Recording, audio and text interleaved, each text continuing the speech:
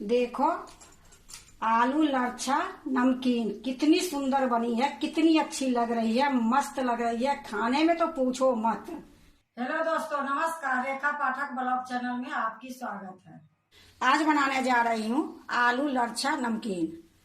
आलू लच्छा नमकीन बनाने के लिए सबसे पहले मैं 2 आलू ली हूँ और ये बड़ी बड़ी 2 आलू है। तो इसको पहले मैं छील के चिप्स जैसे काटूंगी। तो मैं इसको छील लेती हूँ।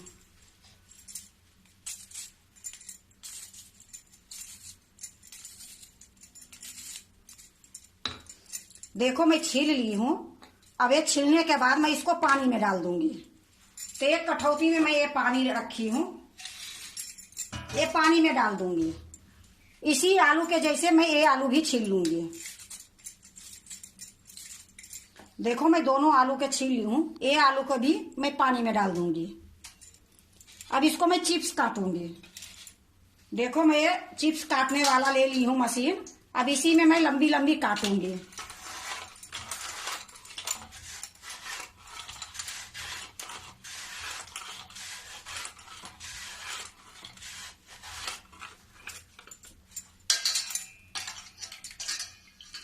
इसी प्रकार मैं दोनों आलू के काट लूंगी। देखो, मैं दोनों आलू के काट ली हूँ और ये पानी में ही रहने दूंगी। अब मैं क्या करूंगी कि ये 2-3 आलू के चिप्स लूंगी इस प्रकार से। अब इसको मैं एक चाकू से काटूंगी। देखो, मैं एक चाकू ले ली हूँ और इससे मैं पतली पतली ये काटूंगी। जैसे मैं ये पतली पतली काट रही हूँ, तो आप कद्दूकस में भी लंबी लंबी काट सकते हो। लेकिन जो ये चाकू से कटेगी, ये एक जैसे कटेगी और बहुत सुंदर लगेगी देखने में। तो ये लिए मैं चाकू से ही काट रही हूँ। थोड़ा सा इसको काटने में दिक्कत होगी, लेकिन ये देखने में, खाने में बहुत सुंदर लगेगी। ये देखो, ये देखने में कितनी सुंदर लग रही है। इसी प्रकार मैं सारे को काटूंगी। अब ये जो कटी हुई है, ये पानी में ही डाल दूंगी। देखो, मैं सारे आलू को पतले पतले मैं काट ली हूँ। अब इसको 2-3 पानी से धो दूंगी।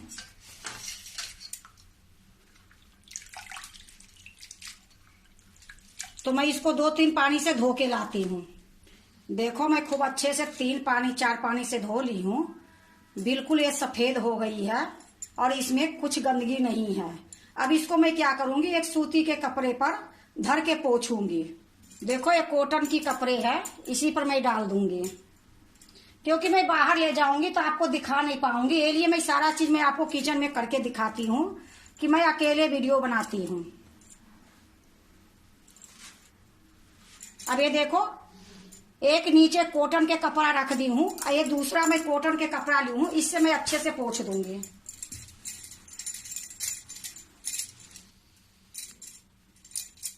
देखो, खूब अच्छे से मैं इसको पोंछ दी हूँ। अब इसको एक जाली में रखूंगी और थोड़ी देर हवा में छोड़ दूंगी। थोड़ी देर के बाद फिर मैं जब बनाऊंगी तो आपको दिखाऊंगी।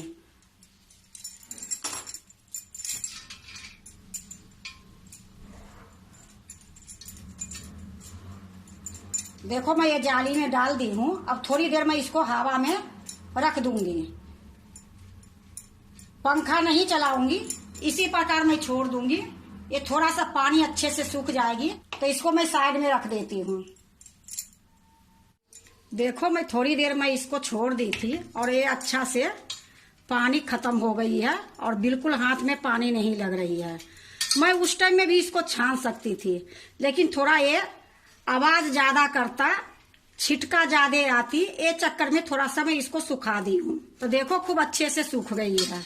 अब इसको मैं तलूंगी। देखो, मैं कढ़ाई चढ़ा दी हूँ, गैस जला दी हूँ। कढ़ाई में मैं रिफाइंड तेल डाल दी हूँ। तेल गर्म होती है फिर मैं आपको दिखाती हूँ। देखो, तेल गर्म हो गई है। अब मैं इसमें डालूंगी आलू के मैं लच्छा काट के रखी हूँ, ये डालूंगी।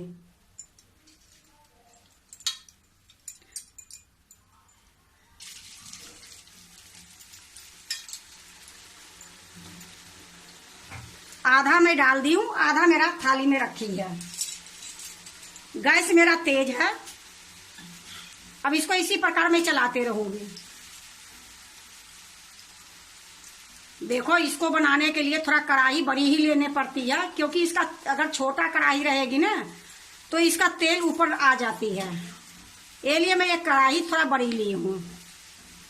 थोड़ा देर मैं तेज गैस में चलाऊंगी, थोड़ा सा पक जाएगी, फिर मैं इसको मीडियम कर दूंगी। देखो, मैं थोड़ी देर तेज गैस में मैं पकाई हूँ, अब मैं मीडियम कर दी हूँ, क्योंकि अगर अभी मीडियम नहीं करूंगी तो ये जल्दी पक जाएगी, अंदर से ये कच्चा रहेगी। तो इसी प्रकार मैं अभी इसको थोड़ी थोड़ी चलाते रहूंगी बीच बीच में, नहीं तो जल जाएगी। देखो, खूब अच्छा से पक गई है और हल्का हल्का गोल्डन भी हो गई है। अब मैं इसको निकाल लेती हूँ। तो एक मैं जाली वाला ये छन्नी ली हूँ, इसी से निकाल लूंगी। यहाँ मैं एक प्लेट ली हूँ, प्लेट के ऊपर बटर पेपर रख दी हूँ, इसी में निकाल के रखूंगी।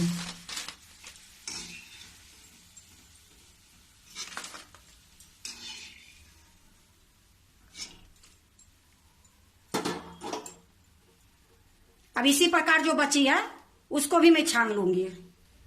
गैस को फिर से मैं तेज कर दूंगी।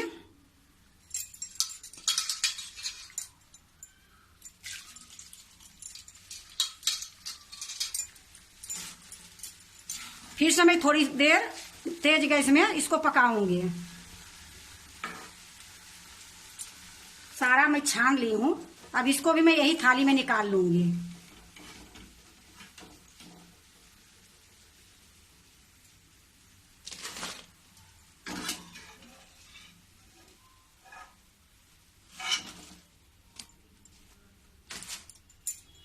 अब मैं क्या करूंगी, गैस को कर दूंगी तेज। अब इसी में मैं ये मूंगफली के दाना एक कटोरी में थोड़ा सा कम ली हूं, तो यही जाली में मैं डाल देती हूँ। अब इसको मैं कढ़ाई में डाल दूंगी।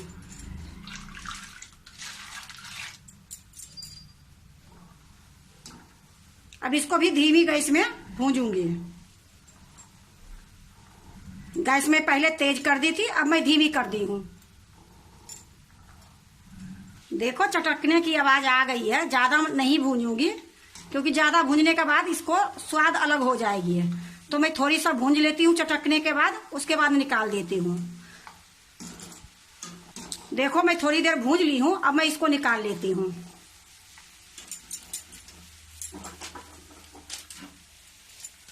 ये मैं एक दूसरे थाली ली हूँ, इसी में ये डाल देती हूँ।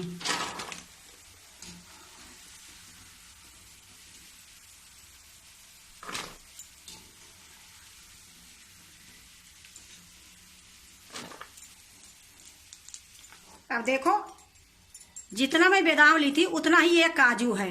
काजू को 2 भाग में मैं काट दी हूँ। इसको भी ये छन्नी में डालूंगी। अब ये कढ़ाई में डाल दूंगी। अब इसको भी धीमी गैस में थोड़ी देर भूंजूंगी।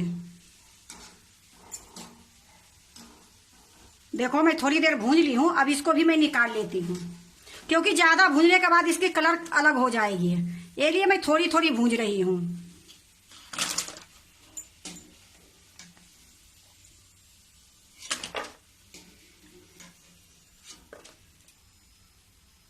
जिसमें मैं बादाम रखी थी उसी में ये काजू रखी हूँ। अब देखो, इसी टाइम में मैं बादाम ली हूँ उतना ही, जितना काजू थी, जितना मूंगफली के दाना थी, उतना ही ये बादाम ली हूँ। इसको भी मैं थोड़ी देर भूंज लेती हूँ।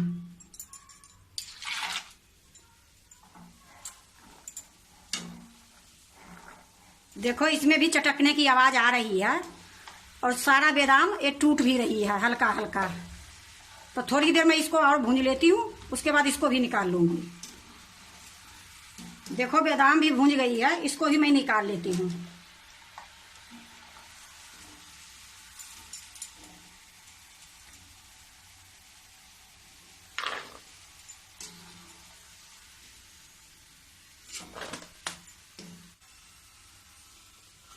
अब ये देखो, कढ़ी के पत्ता है, इसको भी मैं थोड़ी देर भूंज लेती हूँ। तो इसको तेल में नहीं डालूंगी, छन्नी में ही भूंजूंगी।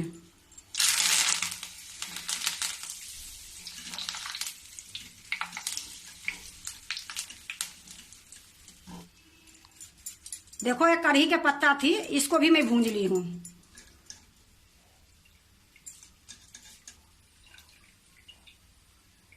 अब गैस को मैं बंद कर देती हूँ। ये पत्ता को भी मैं जहां काजू बादाम मूंगफली के दाना रखी हूँ उसी में ये डाल दूंगी।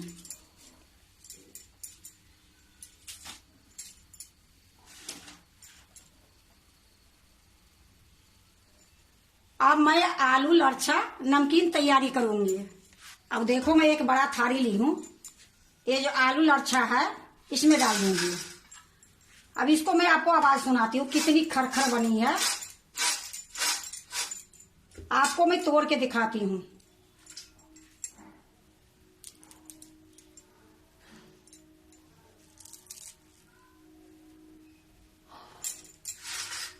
तब इसी में मैं सारा जो है भूंज के रखी हूँ,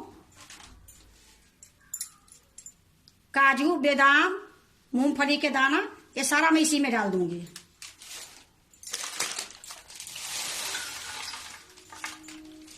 एक कढ़ी के जो पत्ता है इसको डंठल अब निकाल दूंगी।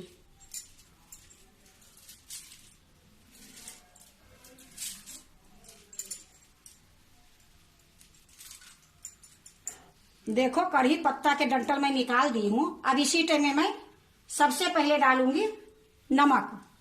तो ये काला नमक है, ये सादा नमक है। अगर व्रत में खाओगे तो आप व्रत वाला नमक डाल सकते हो, क्योंकि ये जो आलू लच्छा नमकीन बनी है तो ये व्रत में भी खाया जाता है। तो आप अगर बनाते हो व्रत के लिए तो उसमें व्रत वाला ही नमक डालोगे, तभी व्रत में खाओगे। क्योंकि ये जो आलू लच्छा नमकीन है ये व्रत में भी खाया जाता है। तो मैं ये नमक डाल देती हूँ। ये मैं आधी चम्मच काली मिर्च साबुत ली थी, इसको इमनदस्ता में मैं कूट दी हूँ बारीक करके, ये भी डाल देती हूँ। ये पीसी हुई चीनी है 1 चम्मच बड़ी चम्मच से, ये भी डाल देती हूँ। ये आधी चम्मच जीरा पाउडर है, इसको भी मैं डाल देती हूँ। अब इसको मैं अच्छे से मिला देती हूँ।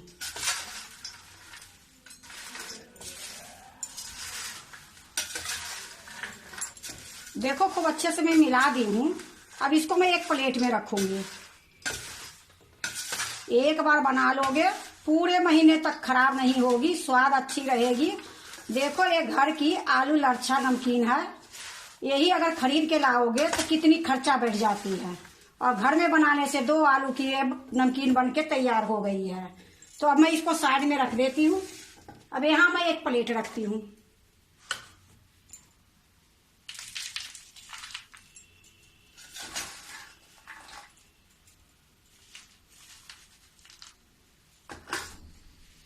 देखो आलू लच्छा नमकीन कितनी सुंदर बनी है, कितनी अच्छी लग रही है, मस्त लग रही है। खाने में तो पूछो मत, बनाने में भी बहुत जल्दी बन गई है, ज्यादा टाइम नहीं लगी है और कोई खास खर्चा भी नहीं पड़ी है।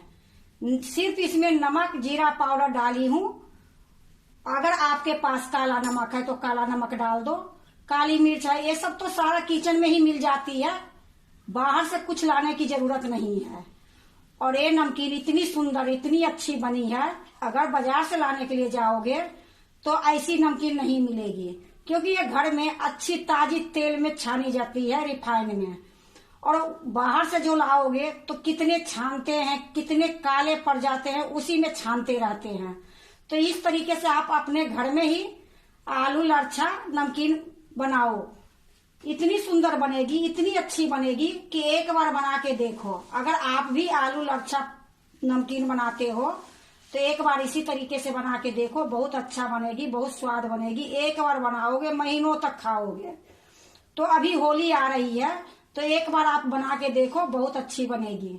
अगर आप भी आलू लच्छा नमकीन बनाते हो तो एक बार इसी तरीके से बना के देखो, बहुत अच्छी बनेगी, बहुत स्वाद बनेगी।